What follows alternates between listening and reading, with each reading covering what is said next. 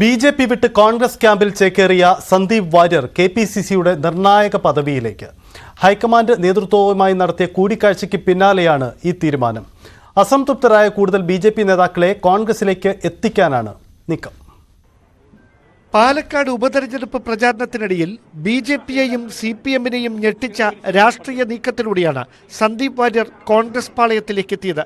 Palakkad നഗരമേഖലകളിൽ BJP. Vote ബാങ്കിൽ വിള്ളൽ വീഴ്ത്താൻ സന്ദീപിന്റെ കടന്നുവരവ് ഗുണം ചെയ്തെന്നാണ് കോൺഗ്രസ് നേതൃത്വത്തിന്റെ വിലയിരുത്തൽ. ഈ പശ്ചാത്തലത്തിലാണ് കെ.പി.സി.സി. നേതൃനിരയിലേക്ക് സന്ദീപിനെ പരിഗണിക്കാനുള്ള നീക്കം സജീവമായിരിക്കുന്നത്. കോൺഗ്രസ് ദേശീയ അധ്യക്ഷൻ ഉൾപ്പെടെയുള്ള നേതാക്കളുമായി സന്ദീപ് വാര്യർ കഴിഞ്ഞ ദിവസം ഡൽഹിയിൽ കൂടിക്കാഴ്ച നടത്തിയിരുന്നു.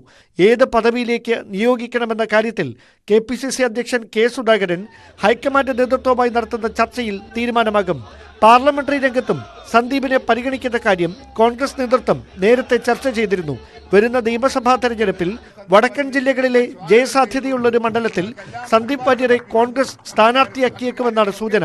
തദ്ദേശ നിയമസഭാ തെരഞ്ഞെടുപ്പുകൾ മുന്നിൽ കണ്ട് അസംതൃപ്തരായ കൂടുതൽ ബി.ജെ.പി. നേതാക്കളെ കോൺഗ്രസ് പാളയത്തിലേക്ക് എത്തിക്കാൻ സന്ദീപ് വാര്യർക്ക് നിർണായക പദവി നൽകുന്നതിലൂടെ കഴിയുമെന്നാണ് പാർട്ടി ദേശീയ നേതൃത്വത്തിന്റെ അടക്കം വിലയിരുത്തൽ. ന്യൂസ് 18 തിരുവനന്തപുരം.